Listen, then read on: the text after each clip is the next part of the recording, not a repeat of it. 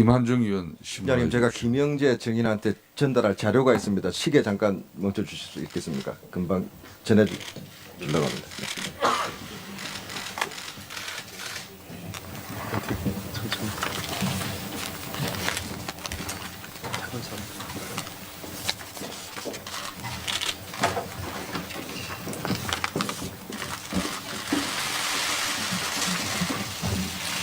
자, 발언 시작하세요. 예, 경기도 남양주을 출신 김한정 의원입니다.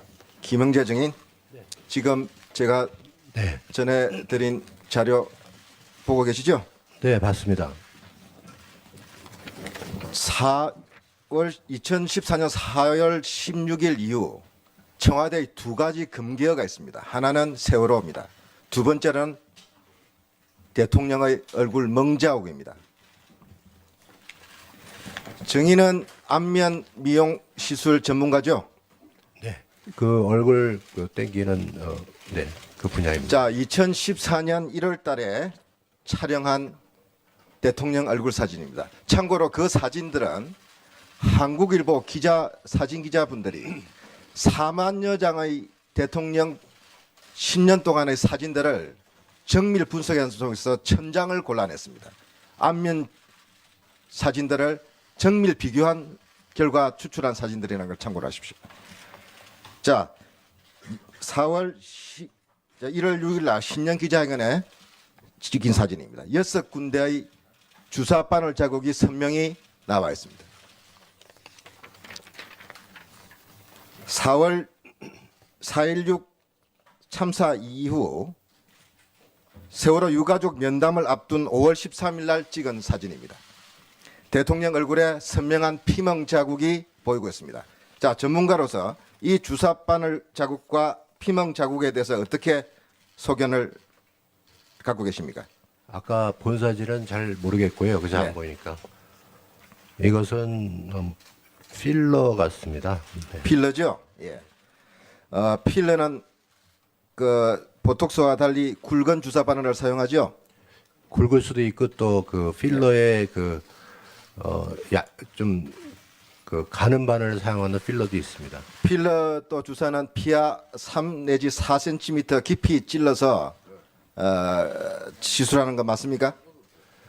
예, 좀 피하층에 넣는 것도 있고요. 그 네. 위에도 넣는 것도 있고. 그래서 흔히 이렇게 피멍 자국이 휴지적으로 나타나죠. 글쎄 안 나타날 수도 있고요. 왜냐하면 혈관을 이거는 뭐 터트려서 그런 것 같은데요. 또 이 필러 시술에는 통증이 심하기 때문에 프로포폴 같은 수면 유도제 사용하기도 하죠. 아닙니다. 요새 그렇지 필러는 않습니까? 그 국소 마취가 들어있기 때문에 네. 굳이 그렇게 할 필요는 없습니다.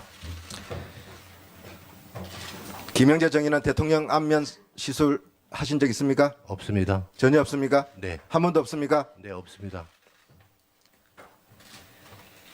지금 이 비선 의료진에 의한 비밀 치료가 문제가 되고 있습니다. 네, 김영재 증인은 대통령을 한 번도 대통령 당선 전이나 후나 진료한 적 없습니까?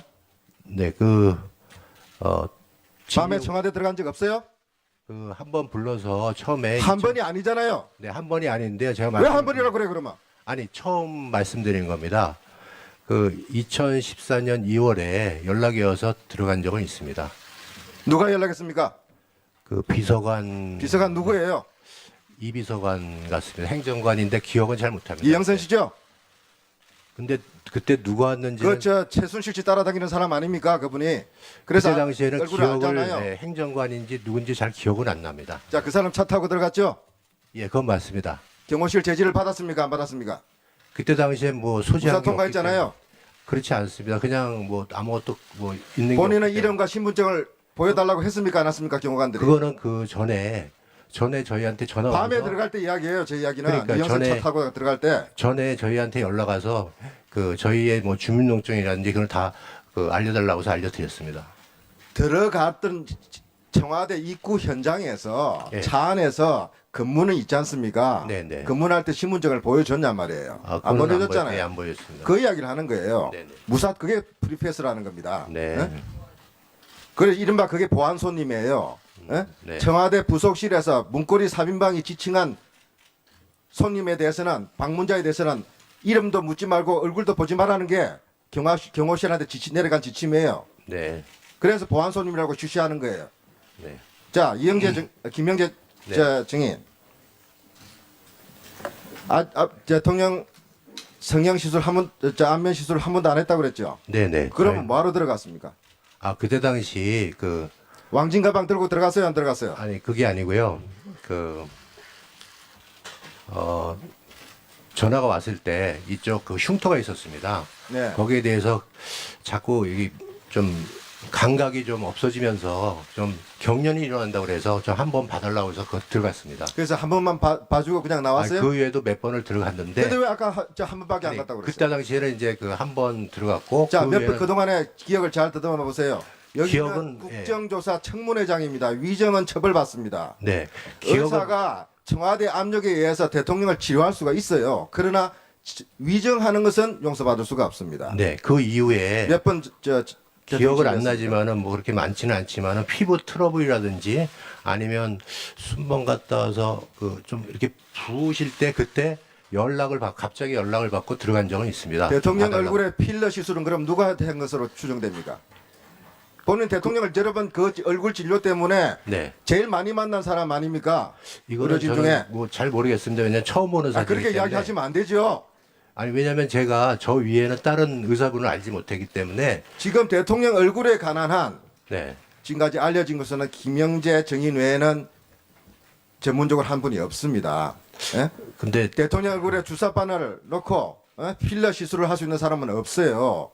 근데 저는 근데 본인은 지금 안 했다고 그러는 거 안 했습니다. 아닙니까? 맞습니다. 이때 당시에는 제가 좀 아마 미국 학회도 가고 여러 가지 기록이 있을 겁니다. 자, 나중에 최보정 한번 감염으로 136차례 네. 최순실 진료했죠. 네. 그 안에 박근혜 대통령에 관련된 대리 진료도 포함되어 있죠. 몇 퍼센트쯤 됩니까? 아니 그런 적은 없고요. 한 번도 없습니까? 네, 한 번도 없습니다. 그거는. 그럼 136차례가 다 최순실용이었다는 거죠? 네, 병원에 온 기록입니다. 네. 근데 최순실로부터 대통령에 관련한 이야기 어떤 이야기가 주로 주문이 있었어요? 그런 거는 없었습니다. 한 가지만 이야기하세요. 네. 네. 저희는 최태민 정윤회 문건 사건 후에 그때 사진 보고 최순실 씨라는 걸 처음 알았는데 그때 물어보니까 개명을 했다고 그러더라고요. 그리고 그 후에는 근데 뭐 찌라시 수준에 뭐 이렇게 나가지고 그렇게 뭐 크게 그 사람이 이 정도의 그 권력을 갖고 하는지는 전혀 몰랐습니다. 예, 김한중 의원 수고.